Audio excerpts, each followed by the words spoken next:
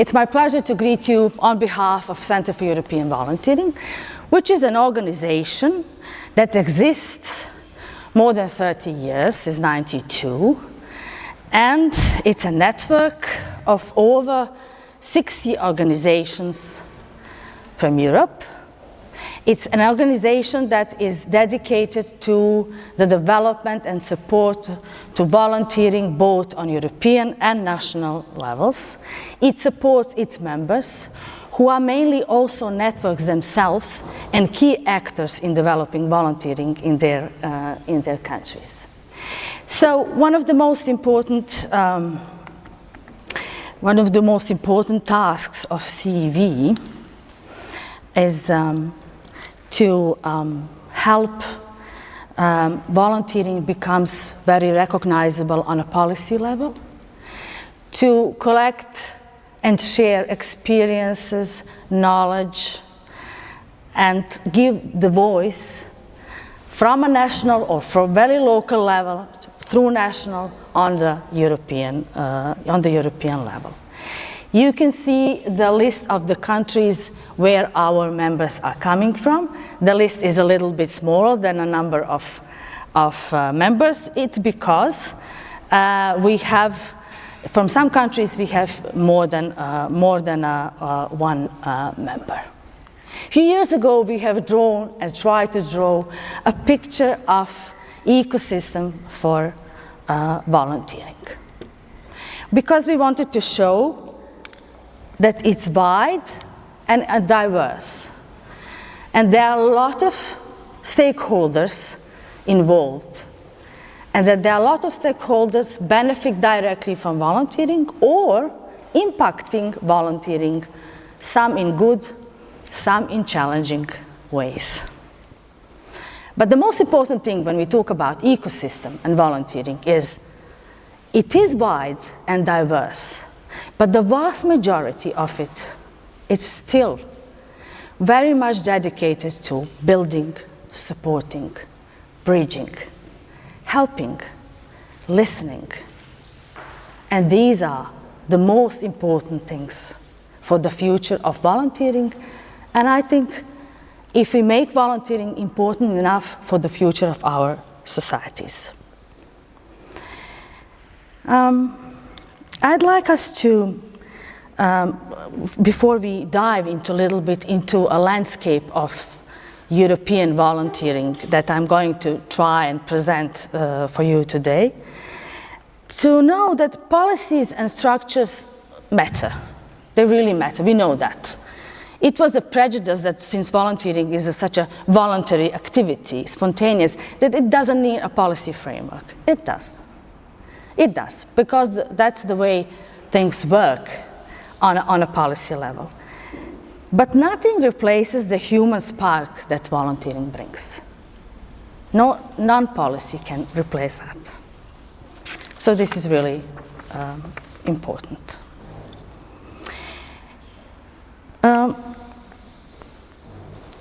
Before we talk about how volunteering landscape look like, we need to have something in mind. Europe is very diverse when we talk about volunteering. That is because it's diverse itself when we talk about cultural and historical diversity. In the Nordic region, volunteerism is woven into public service delivery. In parts of Central and Eastern Europe, civic infrastructures are still emerging. When we talk about legal policy frameworks, we have mature volunteer acts in many countries, or volunteering embedded deeply in many other legal acts in such way that it would be very hard to avoid volunteering in the public policy of one country. But also there are still some countries that they don't really pay attention to volunteering when we talk about legal frameworks. We have very different welfare and community models. We have strong welfare states, but we also have states where volunteering is mainly placed in social service. And it's not observed in a horizontal way. We have also in Europe, even today, economic and digital divides. Wealthier member states enjoy high internet penetration and advanced platforms. Rural and lower income regions face access gaps, so we have to have that in mind as well. Motivation for volunteering also varies. From career-oriented skills, development in urban areas, to community-driven projects in rural towns, but that's not the only divide. We also have a mixture of motivation, and it goes across Europe.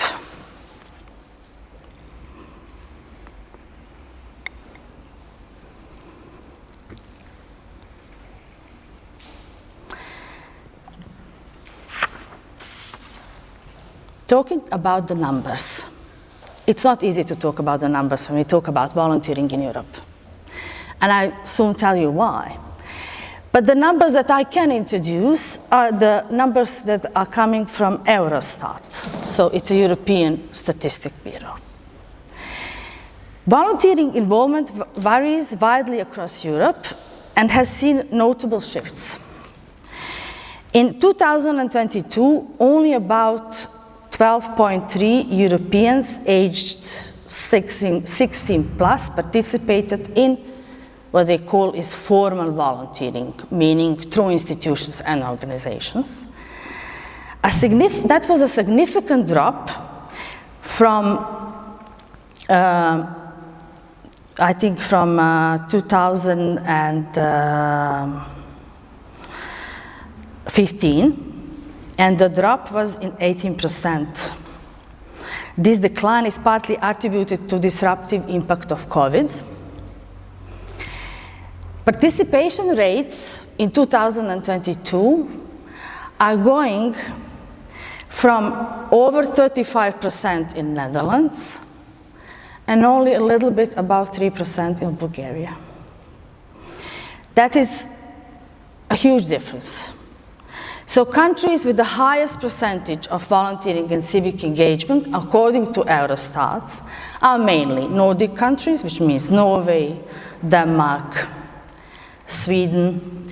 Germany has also a higher number. I already mentioned Netherlands. Then we have, for example, Estonia on 10%, Greece on 7%, Croatia at 8%, and Hungary also at 8%. We have Luxembourg and 25%. So that is a little bit pointing us that the western and northern part of Europe have more developed volunteering, but that's not a new thing. We somehow know that, right? There's also a little bit more data that CEV has started collecting, but this is the process that is now still continues. So we are trying, because of the lack of comparable data on EU level, we are trying to collect fact sheets on volunteering, but evidence-based fact sheets, and we depend on our members to collect them. So we are now in the middle of that process, so we have now collected, this is with the 9 countries, but there are some countries also coming. But the numbers are quite there and can be compared with what Eurostat has issued in 2022, where you can see here maybe a bigger number in Hungary than Eurostat was tracking. We were also trying to see what is the legal framework. We also were trying to see if they measure impact in volunteering and what are the most popular volunteer activities. And you can see where social volunteering is very popular is in Slovenia, Spain, and Hungary. And for example, environment has come up in Slovakia, for example. But this is not the whole picture, so we'll be soon, I hope, by the end of this year, have a little bit more complete picture, at least when it comes to CV membership from European countries. Just maybe to note that our members are not only coming from European Union countries, they're also coming from outside, so including other European countries outside European Union. So why is it so hard to actually capture and have like undountable data on volunteering? It's because we have these data gaps. We have diverse survey designs. We have still varying definitions of volunteering. I would say that in the past decade, they have come to be aligned, especially in European Union. But still on the perception level of people, when you ask them doing surveys, they may interpret differently what volunteering means to them. So we'll probably need some more effort when it comes to research and volunteering in order for us to get a clearer picture. We have also inconsistent reporting periods, incomplete national tracking, implications for analysis. Unfortunately, many countries still do not track volunteer data. It's not really important for them, and so we don't really have on a national level, unless civil society has taken some research on their own, we really don't have on a national level data that we can compare. But I think what we have seen from Eurostat and from CV can give us a picture that can tell us a little bit more on how it's spread, that we see that the North and the West have more higher numbers, more developed, maybe even more continuous volunteering, more supported. Unfortunately, South and East are lagging a little bit behind. When it comes to demographics and motivation, it has been shown that volunteer activity in Europe is shaped by age and personal motivation. Youth engagement has been resilient or rising. This is, I think, a good news. The same Eurobarometer that I have mentioned found that 31% of young Europeans, meaning aged 15 to 30, took part in organized voluntary activity in the past year. That was in 22. And that's 6 percentage points more than in 2014. So that's, I think, a promising trend. And maybe surprisingly, but that was also recorded in formal volunteering rates among this age group. Participation tends to dip in middle adulthood, and it's lowest in the oldest age, 75 plus. Nevertheless, many seniors remain active volunteers, contributing to intergenerational solidarity. Europeans' motivation for volunteering are diverse. Survey indicates a mix of altruistic aims, which is helping others, giving back to the community, and self-oriented goals. Building social networks, gaining experience, career-related skills, and so on. So it tells us that the motivation is still there. It's changing.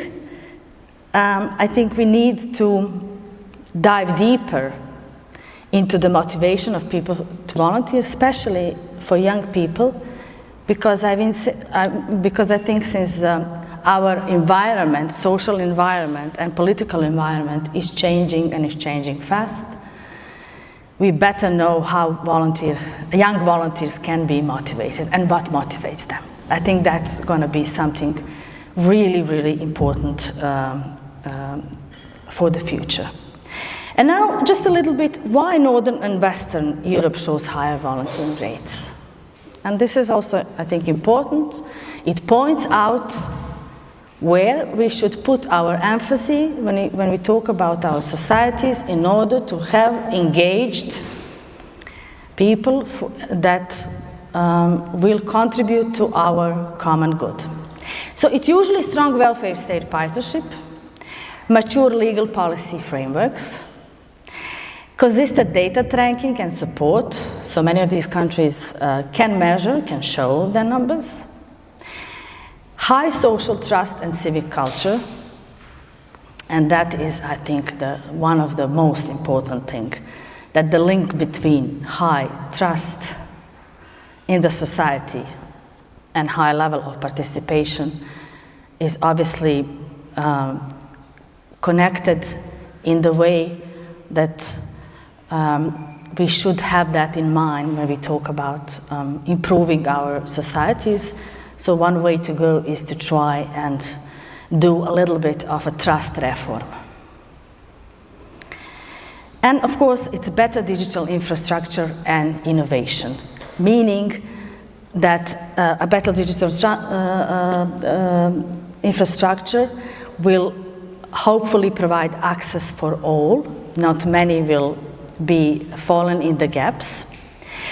And innovation is not just the focused support for innovation, but it's also kind of a culture where innovation is embraced and where failure is also embraced. You try. Sometimes you succeed, sometimes you fail. A lot of volunteering and civil society activities is really in that field. We try. Sometimes we succeed, sometimes we fail. But that's also something that is embraced and supported. What we also see from these statistics and numbers, that there is very evident that we have evolving forms of volunteering engagement. Something is changing. And the greatest shift that we see is a growth in short-term, sometimes virtual volunteering. Some countries call it episodic volunteering. For many times we also hear the division between formal and informal, but we just spoke before the beginning of this conference. It's between organized and unorganized. It's all organized. But it's more and more often self-organized between people. It's always organized. I mean, people have to come together to do something. It's informal only in the sense it doesn't go through maybe registered organizations and institutions, but it can also be organized in a very formal way that respects, the process. That is also important. So I think this shift is happening. We have to know that young people are less motivated to go through organizations, to devote themselves for longer roles that will require for them to be in continuity for a longer time. We see a shift that they like to be a part of a project or, the activity that will produce maybe more faster or, more visible results in a shorter period. These are the drivers of the new age that we have to know and think about it. And I also think the way that we live our lives is very fast, and we have a lot of commitments to where we have to be good at. So volunteering can provide us also space for ourselves, but not anymore in such a capacity that we may be used to do. So we need to think about the forms and the positions. How can we involve this new age volunteers, or how can we embrace this new motivation? Of course, in this digital age, the technology can help a lot. We also see that already technology is helping a lot, especially in the countries who have invested in this type of activities. We also have to think about the fact that since we have, remote working, We will obviously have remote volunteering as well. It's here, we can't avoid it. But we can think about that. That doesn't mean that volunteers involving themselves in this way cannot make contribution, and a meaningful contribution. And I think that's a key word. The contribution needs to be meaningful. The way we can be flexible and show some flexibility.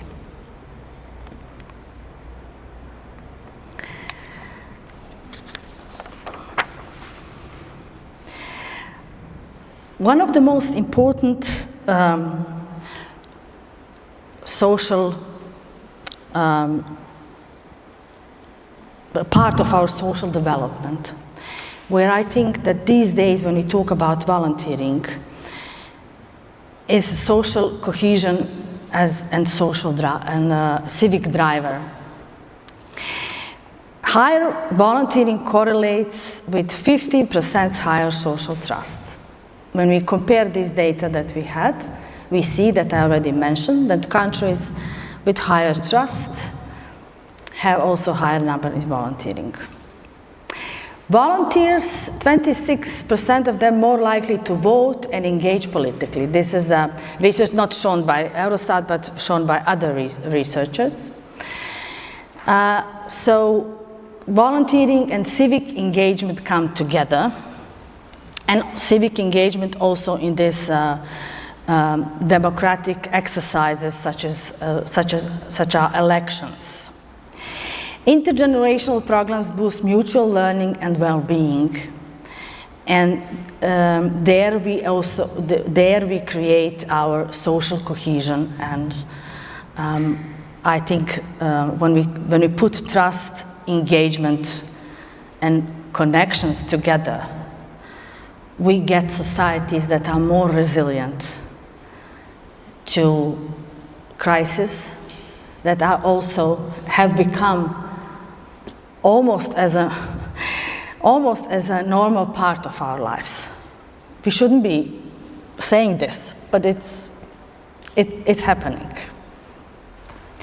So impact of recent crisis on volunteering. COVID has brought us, I think, an alarm what our social contacts mean to us. What the world without social contact would look like. Vast majority of volunteering is still personal contact. And that is why it's so important. And it's becoming increasingly important. Social contact wasn't only in danger with COVID. The digital age is also bringing us a lot of distance from a contact, the live contact between people.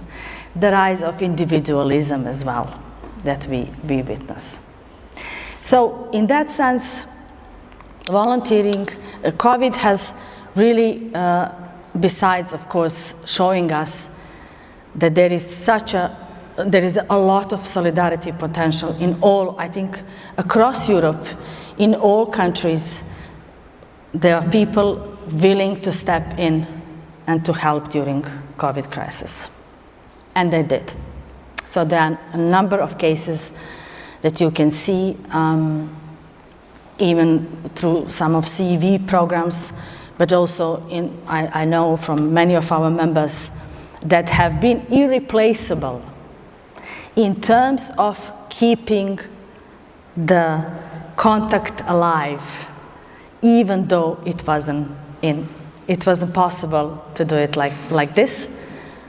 But the connection, keeping the connection alive, that was the key. That's the key word.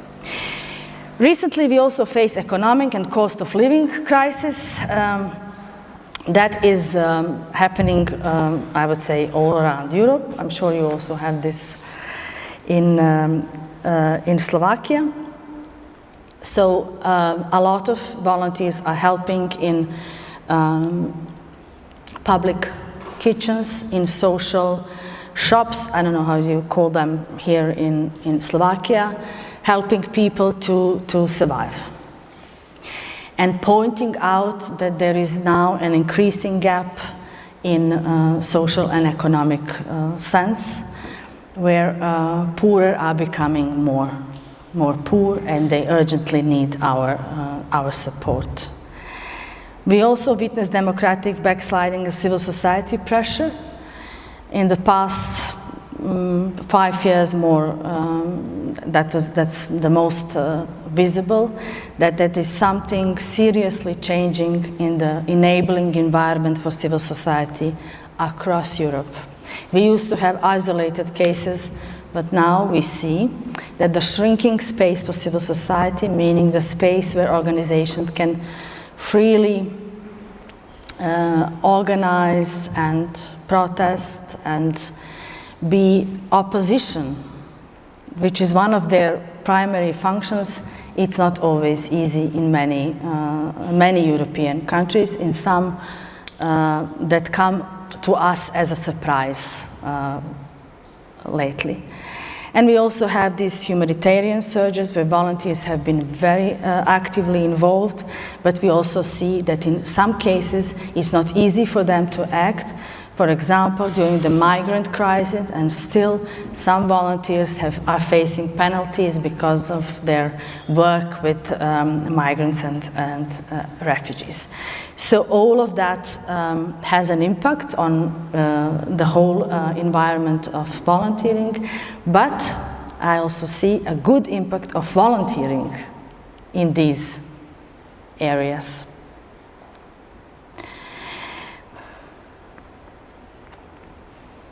So one of the takeaways from the data is that volunteering in Europe has a great latent potential. Because nearly 1 or 3 Europeans volunteer, if we include informal volunteering here, so-called. But there is a need to rebuild momentum, post-pandemic momentum, and lower the barriers that leave many willing citizens on the sidelines.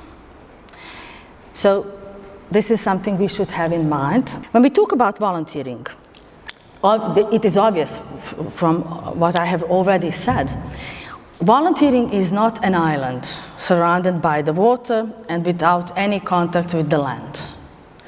We are very much embedded in what's going on around us, so there are trends, social economic trends that impact volunteering, and where volunteering has a great impact, has a potential to have an impact on. Some of the trends I have already mentioned, but some I think are also worth to mention. Social fragmentation and polarization. It's such a disturbing trend these days that I think we have to think about how to go out of our bubbles and start building our community bridges. Rising loneliness and mental health challenges.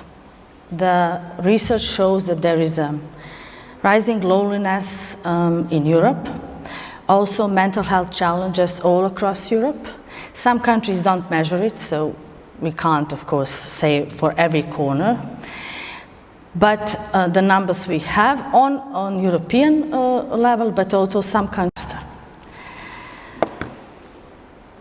So, how can volunteering help with some of these challenges? When it comes to volunteering and social fragmentation, that brings together people from different backgrounds, encourage empathy, shared goals and mutual understanding, build bridges, social capital to community action.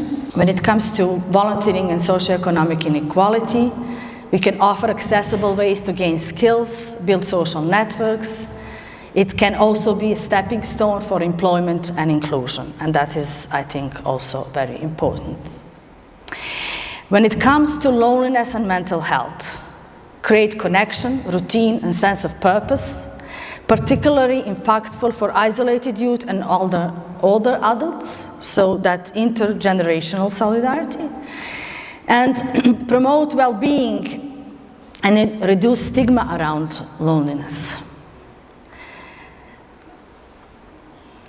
The barriers for inclusion. When we talk about inclusion, we face an inclusion paradox. Those who would benefit more from volunteering, the most from volunteering, they volunteer the least. Obviously, that's because there are a lot of barriers that we still have to avoid, such as educational gaps, disability gaps, structural hurdles that we need to remove in order to reach. Ensuring that volunteering is inclusive and accessible to more disadvantaged groups, education and ability are big factors. People with disabilities volunteer at lower rates than those without. That suggests that those with higher income, education, and free time have far more opportunities to volunteer, while those facing social and economic obstacles participate less, missing out the benefit of volunteering.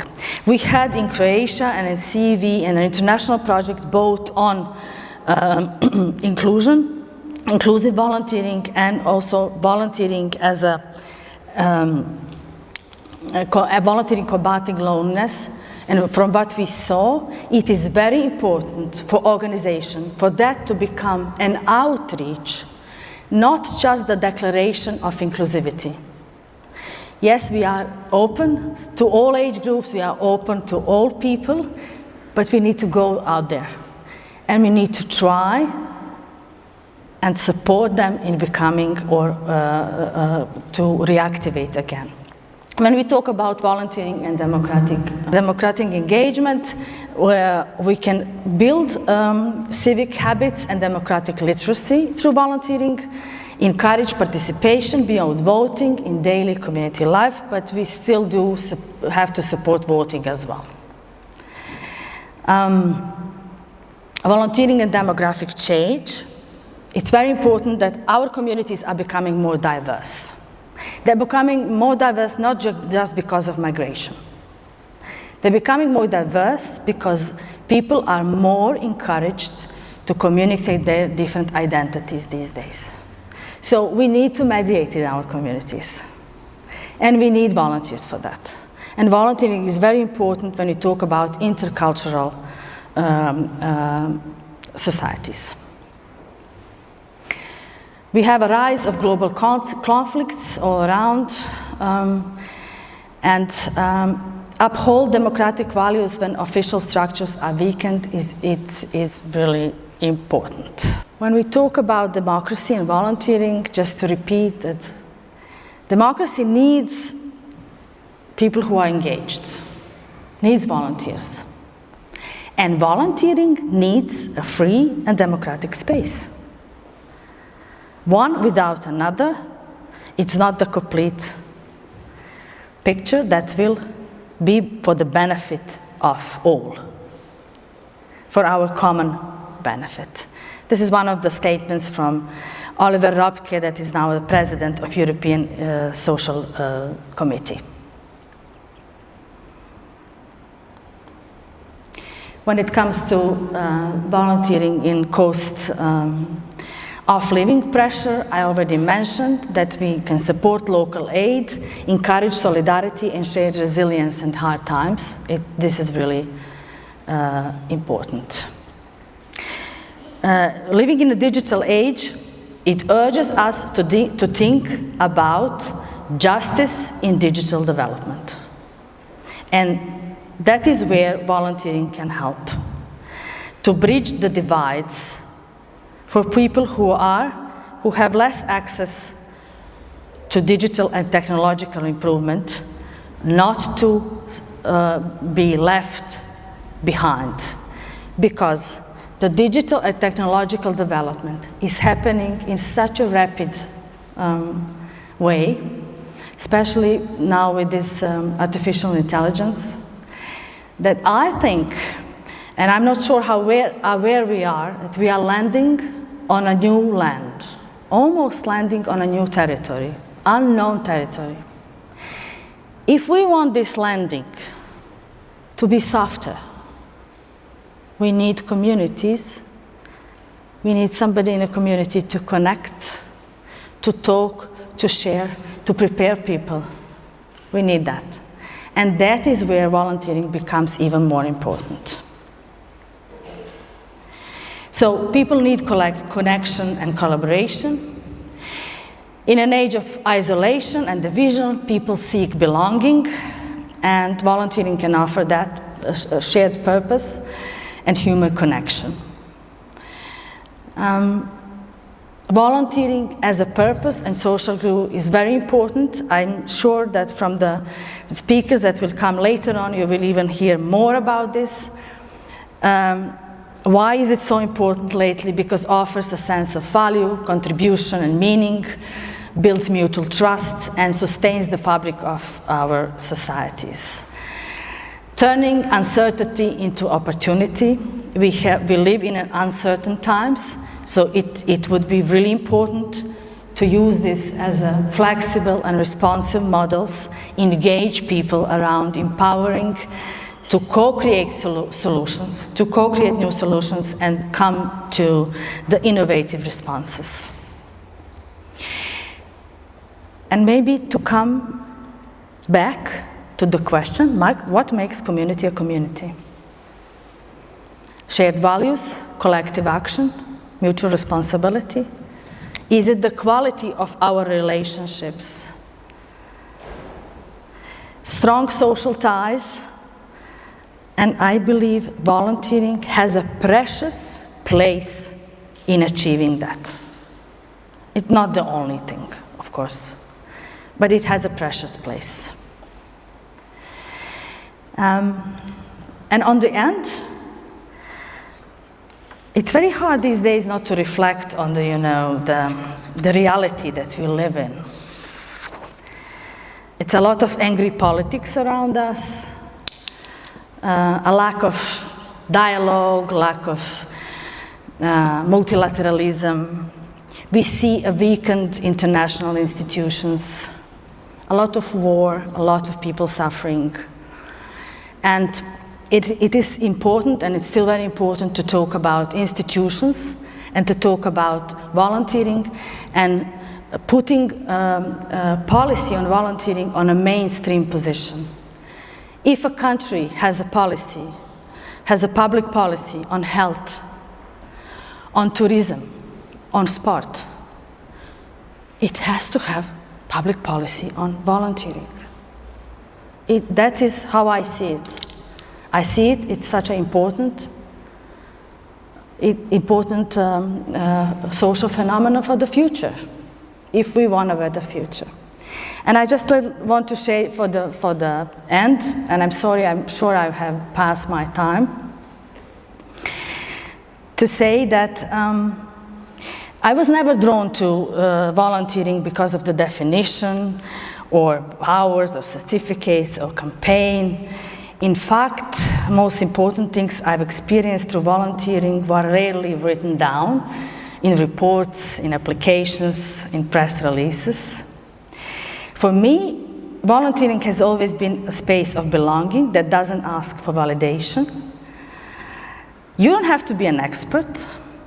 You don't have to know the answers. It's enough that you're there, truly there. In a society that rewards speed, certainty, and efficiency, volunteering may seem like a luxury of a wasting time. But maybe that is exactly what we actually need. Being somewhere where time matters because of presence, not productivity. I still believe, years later, I'm in this sector for 30 years, that volunteer engagement is one of the rare forms of action where service doesn't diminish your strength. It amplifies it. Not the power, strength. The quiet kind, the kind that grows without noise. It taught me to look at people beyond the first sentence, to listen to their silence, to see stories in the cracks, to know that we don't all start with the same conditions, but we can all be part of each other's survival. And maybe that quiet presence that volunteering carries is the most important message that we have today for the world. Thank you so much.